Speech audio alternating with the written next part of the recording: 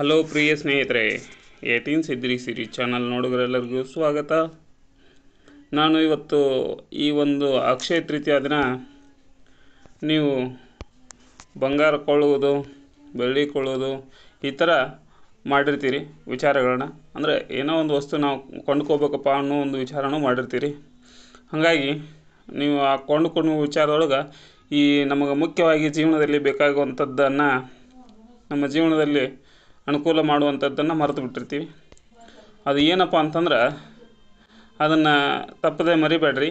ಯಾಕಂತಂದ್ರೆ ಅದೇ ನಮ್ಮ ಜೀವನದಲ್ಲಿ ಮುಖ್ಯವಾದ ಒಂದು ಪ್ಲಸ್ ಪಾಯಿಂಟ್ ಅಂತ ಹೇಳ್ಬೋದು. ಈ ನಾನು ವಿಡಿಯೋದಲ್ಲಿ ತೋರಿಸಿದ ಹಾಗೆ ಸರಸ್ವತಿ ದೇವಿಗೆ ವಿಶೇಷವಾಗಿ ಈ ಒಂದು ಅಕ್ಷಯ ತೃತೀಯ ದಿನ ನಮ್ಮ ಮನೆಯಲ್ಲಿ ಮಕ್ಕಳು ಇರ್ತಾರಲ್ಲ, ಕೆಲವು ಎಜುಕೇಷನ್ ಮಾಡುವಂಥ ಮಕ್ಕಳು ಇರ್ತಾರಲ್ಲ, ಎಲ್ಲರಿಗೂ ಒಂದು ಅನುಕೂಲಕಾರಿ ಆಗಲಿ ಅಂಥೇಳಿ ಈ ಒಂದು ವಿಡಿಯೋ ಮಾಡಿದ್ದೀನಿ. ಹಾಗಾಗಿ ಈ ಒಂದು ಸರಸ್ವತಿ ದೇವಿಯನ್ನು ಅವತ್ತು ಭಾಳ ಶ್ರದ್ಧೆ ಭಕ್ತಿಯಿಂದ ಆರಾಧನೆ ಮಾಡಬೇಕು. ಅದೇ ಆರಾಧನೆಯನ್ನು ಯಾವ ರೀತಿ ಮಾಡಬೇಕು ಅನ್ನೋದು ಮುಂದೆ ನಿಮಗೆ ಈ ಸರಸ್ವತಿ ದೇವಿ ಬಗ್ಗೆ, ಈ ವಿಘ್ನೇಶ್ವರನ ಬಗ್ಗೆ ಎಲ್ಲನೂ ಹೇಳಿರ್ತೀನಿ. ಅದೇ ಥರನಾಗಿ ಈ ಸರಸ್ವತಿ ದೇವಿಯನ್ನು ನೀವು ಆರಾಧನೆ ಮಾಡಬೇಕಾಗ್ತತಿ. ಆರಾಧನೆ ಅನ್ನೋದು ಬಹಳ ಮುಖ್ಯವಾದ ಅಂಗ. ಅದನ್ನು ನಾವು ಜೀವನದಲ್ಲಿ ಅದನ್ನು ಮರ್ತೀವಿ ಅಂದ್ರೆ ನಮ್ಮ ಜೀವನದೊಳಗೆ ಆ ಪ್ಲಸ್ ಪಾಯಿಂಟ್ ಏನಿರುತ್ತಲ್ಲ ಅದು ನಮಗೆ ದೊರಕೋದಿಲ್ಲ. ಆ ಕಾರಣಕ್ಕಾಗಿ ನಮ್ಮ ಜೀವನ ಪೂರ್ತಿ ನಾವು ಸಮಸ್ಯೆಗಳಿಂದ ದೂರ ಇರಬೇಕು.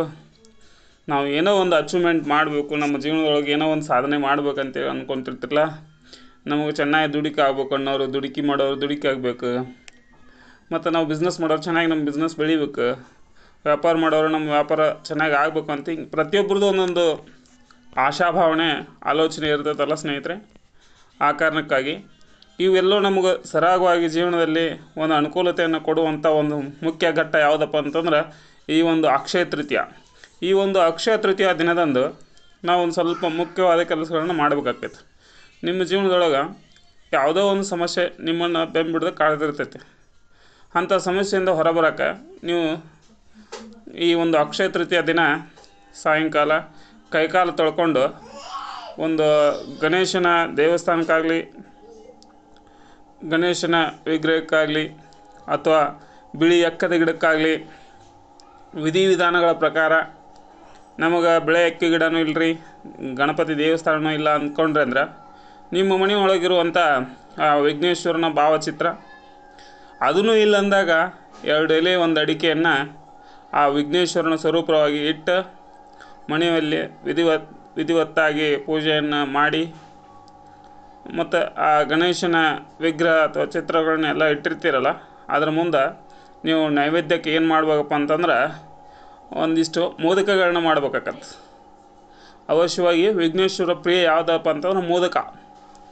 ಅದು ಮೋದಕ ವಿಘ್ನೇಶ್ವರನಿಗೆ ಪ್ರಿಯವಾದ ಒಂದು ಮೋದಕ ಇರ್ತೈತೆ. ಹಾಗಾಗಿ ಈ ಒಂದು ಅಕ್ಷಯ ತೃತೀಯ ದಿನ ಆ ಮೋದಕವನ್ನು ಮಾಡಿ ಆ ವಿಘ್ನೇಶ್ವರಿಗೆ ನೀವು ನೈವೇದ್ಯ ಅರ್ಪಿಸೋದ್ರಿಂದ ಆ ನೈವೇದ್ಯದ ಜೊತೆಗೆ, ಆ ಮೋದಕದ ಜೊತೆಗೆ ಹಳದಿ ಬೂಂದಿ ಲಡ್ಡುಗಳನ್ನು ಆ ಒಂದು ವಿಘ್ನೇಶ್ವರನಿಗೆ ಅರ್ಪಣೆ ಮಾಡೋದರಿಂದ ನಮ್ಮ ಜೀವನದಲ್ಲಿ ನಡೆಯುತ್ತಿರುವ ಸಮಸ್ಯೆಗಳು ಅತಿ ಶೀಘ್ರವಾಗಿ ನಮ್ಮಿಂದ ದೂರ ಆಗ್ತವೆ. ನಾವು ಸಕ್ಸಸ್ ಕಾಣ್ತೀವಿ, ಮುಂದೆ ನಮ್ಮ ಮಾಡುವಂಥ ಕೆಲಸದಲ್ಲಿ ಸಕ್ಸಸ್ ಕಾಣ್ತೀವಿ. ಮತ್ತು ಒಂದಿಷ್ಟು ಕೆಲಸಕ್ಕಾಗಿ ಅಥವಾ ವ್ಯಾಪಾರ ಸಭೆಗಾಗಿ ಹೊರಗೆ ಹೋಗ್ತಿರ್ತೀವಿ. ಏನೋ ಒಂದು 4 ಜನರಿಗೆ ನಾವು ಕನ್ವಿನ್ಸ್ ಮಾಡಿ ನಮ್ಮ ವ್ಯಾಪಾರವನ್ನು ಮಾಡ್ಕೊಂಬರ್ಬೇಕಾಗತ್ತೆ. ಅಲ್ಲೇ ಹೋಗುವಾಗ ಈ ಒಂದು ಪೂಜೆ ಸಮಯದಲ್ಲಿ ಕೇಸರಿ ತಿಲಕವನ್ನು ಹಚ್ಕೋಬೇಕು.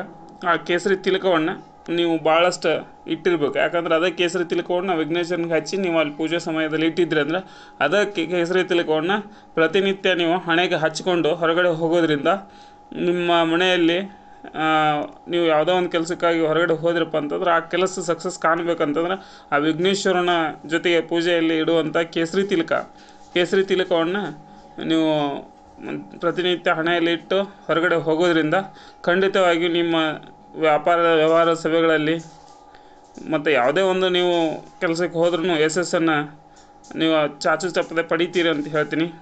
ಹಾಗಾಗಿ ಈ ಒಂದು ನಿಮ್ಮ ಕುಟುಂಬದಲ್ಲಿ ಯಾವುದಾದ್ರೂ ಸಮಸ್ಯೆಗಳು, ಆರೋಗ್ಯ ಸರಿ ಇರೋರು ಅವರ ಆರೋಗ್ಯದಲ್ಲಿ ಸುಧಾರಣೆಗಾಗಿ ಶುಕ್ರವಾರ ದಿನದಂದು ಬೇಳೆ ಹಿಟ್ಟಿನಿಂದ ಏನಾದರೂ ಸಿಹಿ ಮಾಡಿ, ಅಂದ್ರೆ ಈ ಒಂದು ವಿಶೇಷವಾಗಿ ಇನ್ನೂ ಒಂದು ಏನು ಹೇಳಬೇಕಪ್ಪ ಅಂತಂದ್ರೆ ಈ ಸಾರಿ ಅಕ್ಷಯ ತೃತೀಯ ಯಾವತ್ತೈತಪ್ಪ ಅಂತಂದ್ರೆ ಶುಕ್ರವಾರ ದಿವಸ ಐತಿ ಸ್ನೇಹಿತರೆ. ಅದೇ ಶುಕ್ರವಾರದಂದು ಈ ಒಂದು ಬೇಳೆ ಹಿಟ್ಟಿನಿಂದ ಸಿಹಿ ತಿಂಡಿ ಮಾಡಿ ಈಗ ಅದನ್ನು ಮೊದಲು ದೇವರಿಗೆ ಅರ್ಪಿಸಿ ಆನಂತರ ಉಳಿದ ಪ್ರಸಾದವನ್ನು ಚಿಕ್ಕ ಮಕ್ಕಳಿಗೆ ಹಂಚಿ ಆರೋಗ್ಯ ಸರಿ ಇಲ್ಲದವರಿಗೂ ಕೂಡ ಪ್ರಸಾದ ನೀಡಿ ಹೀಗೆ ಮಾಡೋದರಿಂದ ಅವರ ಆರೋಗ್ಯದಲ್ಲಿ ಬೇಗ ಸುಧಾರಣೆ ಆಗ್ತದೆ ಅಂತ ಹೇಳ್ಬೋದು. ಹಾಗಾಗಿ ಜೀವನದಲ್ಲಿ ಒಂದು ಯಶಸ್ಸನ್ನು ಕಾಣ್ತೀರಿ. ಮತ್ತು ಇನ್ನೊಂದು ಅದರ ಜೊತೆಗೆ ನಾವು ನಮ್ಮ ಮನೆಯೊಳಗೆ ಗೋಮಾತೆ ಇರ್ತದೆ. ಆ ಗೋಮಾತೆಯನ್ನು ನಾವು ಭಾಳ ಮರೆತು ಬಿಟ್ಟಿರ್ತೀವಿ. ಮತ್ತು ನಮ್ಮ ಜೀವನದೊಳಗೆ ಗೋಮಾತೆ ಬಹಳ ಮುಖ್ಯವಾದ ಒಂದು ಘಟ್ಟ. ಯಾಕಪ್ಪ ಅಂತಂದ್ರೆ ಶುದ್ಧ ಒಂದು ಗೋವನ್ನು ವಿಗ್ರಹವನ್ನು ನಮ್ಮ ಮನೆಯೊಳಗೆ ಈಗ ಆಲ್ಮೋಸ್ಟ್ ಒಂದಿಷ್ಟು ಕಡೆ ಗೋಗಳು ನೋಡೋಕೆ ಸಿಗಂಗಿಲ್ಲ. ಅಂಥ ಸಂದರ್ಭದಲ್ಲಿ ಪ್ರತಿಯೊಬ್ಬರು ಆ ಗೋಮಾತೆಯ ಒಂದು ಭಾವಚಿತ್ರವನ್ನು ಇಟ್ಟು ಗೋಮಾತೆಗೆ ಪೂಜೆಯನ್ನು ಅರ್ಪಿಸೋದ್ರಿಂದ ನಮಗೆ ಸಕಲ ದೇವಾನುದೇವತೆಗಳ ಒಂದು ಆಶೀರ್ವಾದ ಆಗ್ತೈತಿ. ಹಾಗಾಗಿ ವಿಶೇಷವಾದ ಈ ಒಂದು ಅಕ್ಷಯ ತೃತೀಯ ದಿನ ಶುಕ್ರವಾರ ದಿವಸ ನಾವು ಈ ಕಾರ್ಯ ಮಾಡೋದರಿಂದ ನಮ್ಮ ಜೀವನದಲ್ಲಿ ಎಲ್ಲವನ್ನು ಅನುಕೂಲಕಾರಿಯಾಗಿ ನಮಗೆ ಪರಿಣಾಮಕಾರಿಯಾಗಿ ಆ ವಿಘ್ನೇಶ್ವರ ಮತ್ತು ಆ ಕುಬೇರ ಮತ್ತು ಆ ತಾಯಿ ಲಕ್ಷ್ಮೀದೇವಿ ನಮ್ಮ ಜೀವನದಲ್ಲಿ ಬಹುಮುಖ್ಯವಾದ ಘಟ್ಟಗಳಿರ್ತಾವೆ. ಹಂಗಾಗಿ ಇವೆಲ್ಲವನ್ನು ತೃಪ್ತಿಪಡಿಸ್ಬೇಕಾದ್ರೆ ನೀವು ಆ ಗೋಮಾತೆಗೆ ತೃಪ್ತಿಪಡಿಸಿದ್ರಪ್ಪ ಅಂತಂದ್ರೆ ನಿಮ್ಮ ಜೀವನದೊಳಗೆ ಎಲ್ಲವೂ ಸಾಧನೆ ಆಗ್ತಾವೆ ಅಂತ ಹೇಳ್ತಾ, ನಾನು ಹೇಳಿದ ಈ ವಿಷಯ ಮತ್ತು ಈ ವಿಡಿಯೋ ಇಷ್ಟವಾದರೆ ಲೈಕ್ ಮಾಡಿ, ಶೇರ್ ಮಾಡಿ, ಕಮೆಂಟ್ ಮಾಡಿ, ಸಬ್ಸ್ಕ್ರೈಬ್ ಮಾಡೋದನ್ನು ಮರೆಯಬೇಡಿ. ವಿಡಿಯೋವನ್ನು ಸಂಪೂರ್ಣ ನೋಡಿದ್ದಕ್ಕಾಗಿ ಧನ್ಯವಾದಗಳು.